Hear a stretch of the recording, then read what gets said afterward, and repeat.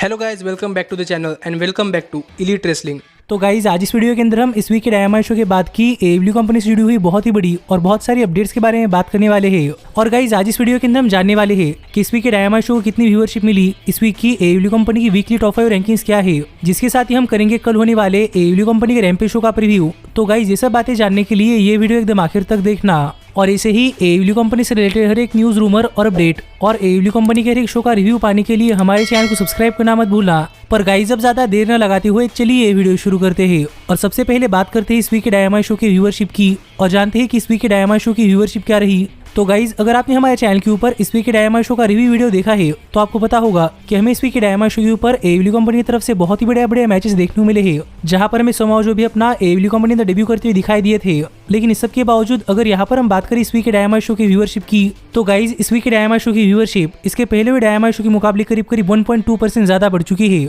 और जहां पर इसके पहले हुए डायनामाइट शो को व्यूअरशिप मिली थी 979 के व्यूअर्स, तो यहीं पर इस वीक के डायनामाइट शो को व्यूअरशिप मिली है 989 के व्यूअर्स। जो देखा जाए तो डायनामाइट शो की व्यूअरशिप के अंदर काफी बड़ा जंप नहीं है। पर जहां तक बात है 18 to 49 डेमोग्राफिक की, तो 18 to 49 डेमोग्राफिक में भी इस वीक के डायनामाइट शो की व्यूअरशिप इसके पहले हुए डायनामाइट शो के मुकाबले करीब 0.8% ज्यादा बढ़ चुकी है। और जहां पर इसके पहले हुए डायनामाइट शो को 18 to 49 डेमोग्राफिक के अंदर व्यूअरशिप मिली थी 492 के व्यूअर्स, तो यहीं पर इस वीक के डायनामाइट शो को 18 to 49 डेमोग्राफिक के अंदर व्यूअरशिप मिली है 496 के व्यूअर्स, जो सिर्फ 4000 व्यूअर्स ज्यादा है, जिससे हम कह सकते हैं कि इस वीक डायनामाइट शो ने अपनी व्यूअरशिप मेंटेन की है। पर इस व्यूअरशिप के साथ भी इस वीक का डायनामाइट शो वेडनेसडे के टॉप 50 केबल टीवी प्रोग्राम्स के अंदर नंबर 2 की पोजीशन के ऊपर आता है, जो कि पहले नंबर 3 की पोजीशन के ऊपर था, जिससे कि आप समझ सकते हैं कि इस वीक डायनामाइट शो की व्यूअरशिप के अंदर काफी बड़ा जंप नहीं हुआ, पर फिर भी डायनामाइट शो रैंकिंग्स के अंदर एक कदम आगे बढ़ चुका है, जो कि एडब्ल्यू कंपनी के लिए काफी अच्छी बात है। और ये व्यूअरशिप देखकर टोनी खान ने भी सभी फैंस को थैंक यू किया, जिसके ऊपर आपका क्या कहना है आप मुझे कमेंट कर बताइए। और ये भी कमेंट कर बताना मत भूलना कि आपका हाल फिलहाल के एडब्ल्यू कंपनी की व्यूअरशिप के ऊपर क्या कहना है। पर जहां तक बात है मेरी, तो मुझे ऐसा लग रहा है कि प्रॉब्ली अब रेगुलरली डायनामाइट शो की व्यूअरशिप करीब 1 मिलियन के ऊपर आनी चाहिए, क्योंकि अब काफी टाइम हो चुका है और मैं नहीं चाहता कि डायनामाइट शो की व्यूअरशिप हमेशा से 1 मिलियन के नीचे रहे। पर देखते हैं कि दोबारा से डायनामाइट शो की व्यूअरशिप 1 मिलियन के ऊपर कब आती है। पर गाइज अब हम आगे बढ़ते हैं और बात करते हैं हमारे अगली अपडेट की और जानते हैं कि इस वीक की एडब्ल्यू कंपनी की वीकली टॉप 5 रैंकिंग्स क्या है। तो गाइज काफी दिन हो गए हमने डायनामाइट शो की वीकली टॉप 5 रैंकिंग्स के बारे में बात नहीं की, पर आपको तो पता ही होगा कि एडब्ल्यू कंपनी ने किसी भी सुपरस्टार को अपने डिवीजन की चैंपियनशिप के लिए चैलेंज करने के लिए अपने डिवीजन के टॉप 5 रैंकिंग्स के अंदर नंबर 1 की पोजीशन के ऊपर आना पड़ता है, और उसके बाद ही सुपरस्टार को आगे चलकर चैंपियनशिप की अपॉर्चुनिटी मिलती है। और यही अगर यहाँ पर हम शुरुआत करें एडब्ल्यू कंपनी की विमेंस डिवीजन से, तो गाइज एडब्ल्यू कंपनी की विमेंस डिवीजन के टॉप 5 रैंकिंग्स के अंदर नंबर 5 पर आती है मरीना शेफर्ड, नंबर 4 पर आती है जिमी हेटर, नंबर 3 पर आती है लेला हेरिज, नंबर 2 पर आती है सेरेना डेब और नंबर 1 पर आती है नायला रोज। ऑस्ट्रेलिया हमारी TBS women champion jet Kargil और एडब्ल्यू कंपनी की brand new women's world heavyweight champion thunder रोजा। और मैं ये देखकर काफी खुश हूँ कि एडब्ल्यू कंपनी की विमेंस डिवीजन के टॉप 5 रैंकिंग्स के अंदर कोई भी फॉर्मर डब्ल्यूडब्ल्यूई सुपरस्टार नहीं है, और वैसे भी काफी कम फॉर्मर डब्ल्यूडब्ल्यूई फीमेल सुपरस्टार ने एडब्ल्यू कंपनी ज्वाइन की है। पर जहां तक बात है एडब्ल्यू कंपनी के टैग टीम डिवीजन के टॉप 5 रैंकिंग्स की, तो गाइज एडब्ल्यू कंपनी के टैग टीम डिवीजन के टॉप 5 रैंकिंग्स के अंदर नंबर 5 पर आते हैं द क्लेम्ड, नंबर 4 पर आते हैं गन क्लब, नंबर 3 पर आते हैं टॉप फ्लाइट, नंबर 2 पर आते हैं डार्क ऑर्डर और नंबर 1 पर आते हैं एफटीआर। और स्टिल है एडब्ल्यू कंपनी की world tag team champion Jurassic express यानी कि जंगल बॉय और लुचासोरस। पर जहां तक बात है एडब्ल्यू कंपनी के सिंगल्स मेल डिवीजन के टॉप 5 रैंकिंग्स की, तो गाइज एडब्ल्यू कंपनी के सिंगल्स मेल डिवीजन के टॉप 5 रैंकिंग्स के अंदर नंबर 5 पर आते हैं सीएम पंक, नंबर 4 पर आते हैं फ्रैंकी गजेरियन, नंबर 3 पर आते हैं लांस आर्चर, नंबर 2 पर आते हैं एडम कोल और नंबर 1 पर आते हैं सैमी गेवेरा। और स्कॉर्पियोस का बन चुके हैं हमारे ब्रांड न्यू टीएनटी चैंपियन और स्टिल है AEW world heavyweight champion Hangman Adam Page. और यही इस वीक की एडब्ल्यू कंपनी की वीकली टॉप 5 रैंकिंग्स, जिन टॉप 5 रैंकिंग्स के ऊपर आपका क्या कहना है आप मुझे कमेंट कर बताइए। पर अगर आपको नहीं पता कि टॉप 5 रैंकिंग्स कैसे निकालते हैं, तो मैं आपको बताना चाहूंगा कि top 5 rankings win loss record के ऊपर निकलते हैं, और ना सिर्फ विन लॉस रिकॉर्ड के ऊपर बल्कि ओवरऑल रिकॉर्ड और ओवरऑल परसेंटेज के ऊपर निकलते हैं। इसलिए अगर आपको किसी सुपरस्टार की विंस काफी कम होने के बावजूद भी वो सुपरस्टार टॉप 5 रैंकिंग के अंदर दिखाई देता है, तो ये देखकर कंफ्यूज मत होना, क्योंकि प्रॉब्ली उसका ओवरऑल विनिंग परसेंटेज काफी अच्छा होता है, इसीलिए इन चीजों से कंफ्यूज ना होना। पर यही इस वीक की एडब्ल्यू कंपनी की वीकली टॉप 5 रैंकिंग्स,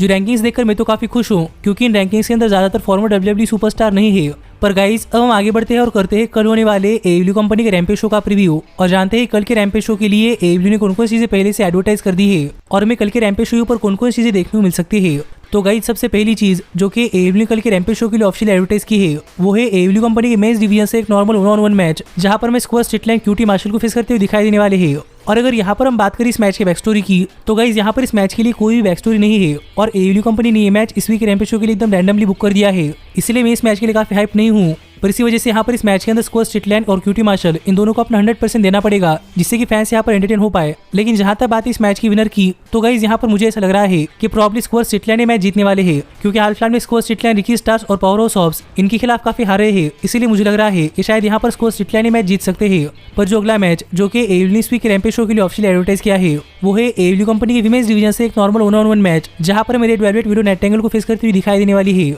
और अगर आपको नहीं पता कि विडो नाइटिंगेल कौन है, तो गाइज मैं आपको बताना चाहूंगा कि विडो नाइटिंगेल AEW कंपनी की सुपरस्टार नहीं है, ये रिंग ऑफ ऑनर कंपनी की सुपरस्टार है। पर अब टोनी खान ने रिंग ऑफ ऑनर कंपनी को खरीद लिया है, इसीलिए रिंग ऑफ ऑनर कंपनी के सभी सुपरस्टार AEW कंपनी के अंदर आ सकते हैं। और इसीलिए इस वीक रैम्पेज के ऊपर हमें विडो नाइटिंगेल AEW कंपनी के अंदर अपना डेब्यू करते हुए ओवन हार्ट कप टूर्नामेंट के लिए क्वालिफाइंग मैच के अंदर रेड वेल्वेट को फेस करती हुई दिखाई देने वाली है। और अगर यहाँ पर हम बात करें इस मैच की बैक स्टोरी की, तो गाइज यहाँ पर इस मैच के लिए कोई भी बैक स्टोरी नहीं है, क्योंकि ये टूर्नामेंट का मैच है और टूर्नामेंट के मैचेस के लिए बैक स्टोरी नहीं होती। लेकिन मैं यहाँ पर होप कर रहा हूँ कि विलो का AEW कंपनी का डेब्यू काफी अच्छा हो, क्योंकि वो रिंग ऑफ ऑनर कंपनी की टॉप सुपरस्टार्स में से एक है और मुझे देखना है कि वो रिंग ऑफ ऑनर कंपनी छोड़कर AEW कंपनी आने के बाद किस तरीके से परफॉर्म करती है। पर जहां तक बात इस मैच की विनर की, तो मुझे यहाँ पर ऐसा लग रहा है कि प्रॉब्ली रेड वेलवेट मैच जीतने वाली है और वो मैच जीतकर ओवन हार्ट कप टूर्नामेंट के लिए क्वालिफाई हो जाएंगी। पर गाइस जो अगला मैच जो कि AEW इस वीक के रैम्पेज शो के लिए ऑफिशियल एडवर्टाइज किया है, वो है AEW कंपनी के मेंस डिवीजन से एक नॉर्मल 1-on-1 मैच, जहां पर ब्रायन डेनियल्सन ट्रेंड को फेस करते हुए दिखाई देने वाले हैं। और अगर यहाँ पर हम बात करें इस मैच की बैक स्टोरी की, तो गाइस हमने देखा है कि व्हीलर यूथा बेस्ट फ्रेंड को छोड़कर ब्रायन डेनियल्सन को ज्वाइन करना चाहते हैं, इसलिए ब्रायन डेनियल्सन के खिलाफ एक मैच लड़ते हुए व्हीलर यूथा ब्रायन डेनियल्सन को उनकी लिमिट्स तक ले गए थे,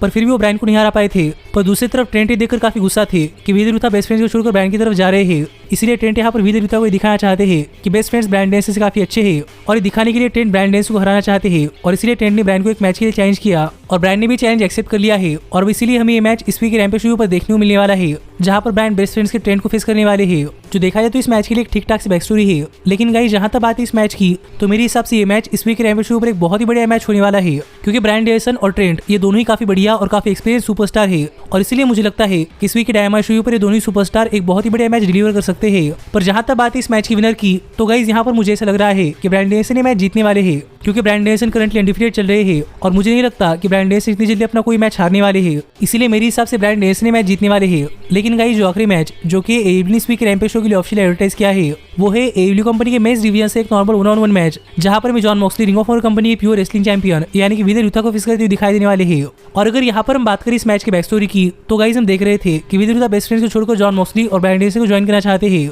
पर व्हीलर यूथा जॉन मॉक्सली और ब्रायन डेनियल्सन इनको तब तक ज्वाइन नहीं कर सकते थे जब तक कि वो इनको हराना दे या फिर इम्प्रेस ना कर दे। और लास्ट वीक व्हीलर यूथा और ब्रायन डेनियल्सन का मैच हुआ था, जहां पर व्हीलर यूथा ने ब्रायन डेनियल्सन को इम्प्रेस किया है, पर अब तक व्हीलर यूथा जॉन मॉक्सली को इम्प्रेस नहीं कर पाए हैं। इसलिए विलियम रीगल चाहते थे कि व्हीलर यूथा और जॉन मॉक्सली बीच में एक मैच हो जाए। और अगर इस मैच के बाद जॉन मॉक्सली अगर कहते हैं कि व्हीलर यूथा को अपने साथ लेना चाहिए, तो ही विलियम रीगल व्हीलर यूथा को अपने साथ लेने वाले हैं। और इसीलिए हमें ये मैच इस वीक रैम्पेज शो पर देखने को मिलने वाला है, जो कि इस मैच के लिए एक बहुत ही बढ़िया बैक स्टोरी है। और यहाँ पर इस मैच के अंदर देखना पड़ेगा कि मॉक्सली के खिलाफ व्हीलर यूथा कितने ब्रूटल बन पाते हैं। और मुझे नहीं लगता कि व्हीलर यूथा इतने ब्रूटल बन सकते हैं, क्योंकि एक तरफ Wheeler Yuta ring of honour company के प्योर रेसलिंग चैंपियन है, जो कि ऐसी चैंपियनशिप होती है कि वो चैंपियनशिप पूरे रेसलर इस्तेमाल कर सकता है जो कभी चीटिंग ना करता हो। और मुझे नहीं लगता कि बिना चीटिंग के बगैर व्हीलर यूथा जॉन मॉक्सली को हरा सकते हैं। इसलिए इस मैच के अंदर देखना पड़ेगा कि इस मैच के अंदर व्हीलर यूथा किस तरह से रेसल करते हैं। लेकिन जहां तक बात है इस मैच की विनर की, तो मुझे ऐसा लगता है कि प्रॉब्ली यहाँ पर व्हीलर यूथा जॉन मॉक्सली को लिमिट्स तक ले जाने वाले हैं, पर फाइनली जॉन मॉक्सली मैच जीतने वाले हैं, क्योंकि मॉक्सली का व्हीलर यूथा के सामने हारना काफी अनरियलिस्टिक लगता है। इसलिए मेरे हिसाब से जॉन मॉक्सली मैच जीतने वाले हैं। और इतनी मैचेस है जो कि AEW इस वीक के रैम्पेज शो के लिए ऑफिशियल एडवर्टाइज किए हैं।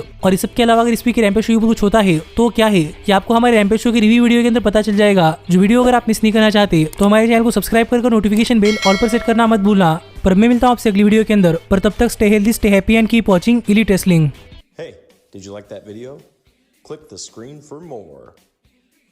And where do you think you're going? Check out our official merchandise page and to support the entire cast. And thanks so much for being the elite. The elite, the elite. What, Nick, you're not going to sing it all with me this time?